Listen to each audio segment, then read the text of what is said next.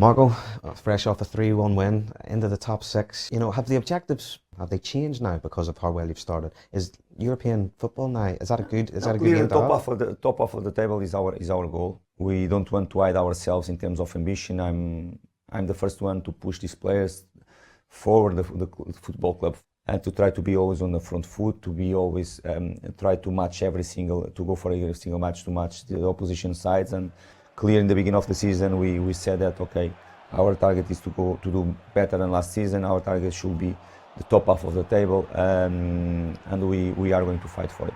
When you look at the Premier League table, it's bunched, from like 5th, 6th down. Because you can have a good run and sort of stay there, but you can have a bad run and end up, down below. You have to be like realistic, with 100%. We have to be realistic. Yeah. We have to keep the feet on the ground, definitely. And these are the moments that you cannot lose the balance if something comes not in the way you want. We know what we are capable to do. We know what we have to fight for.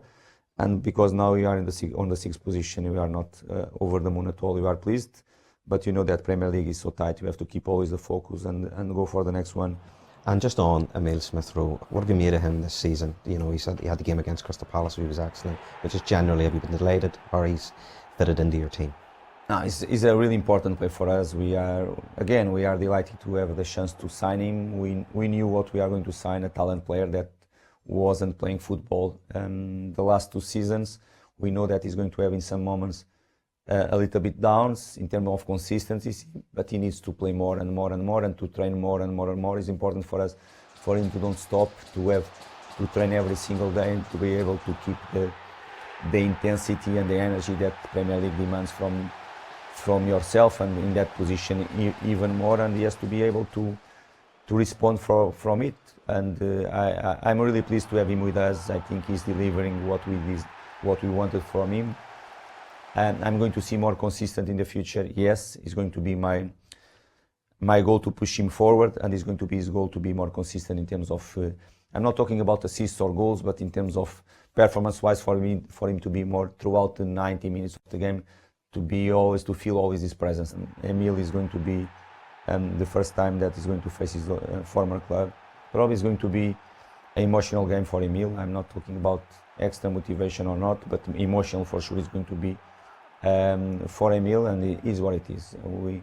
He's going to face a club that he loves for sure, but now I can say that he's in love with Fulham too, and he's going to fight and he's going to do his maximum for us to win the game. The big thing around Arsenal now is their set pieces. In the short period you do have time to work with your players, would that be a focus of your tactics ahead of the game? Okay, we have our way to defend set pieces. We know what we are talking about. When a team like Arsenal, they have been so strong. Of course, everyone noticed they have been deciding a lot of games in that moment as well. We know what we are going to face, of course, but even to give the credits for our players, the way if you go one season back, last season we played twice against Arsenal.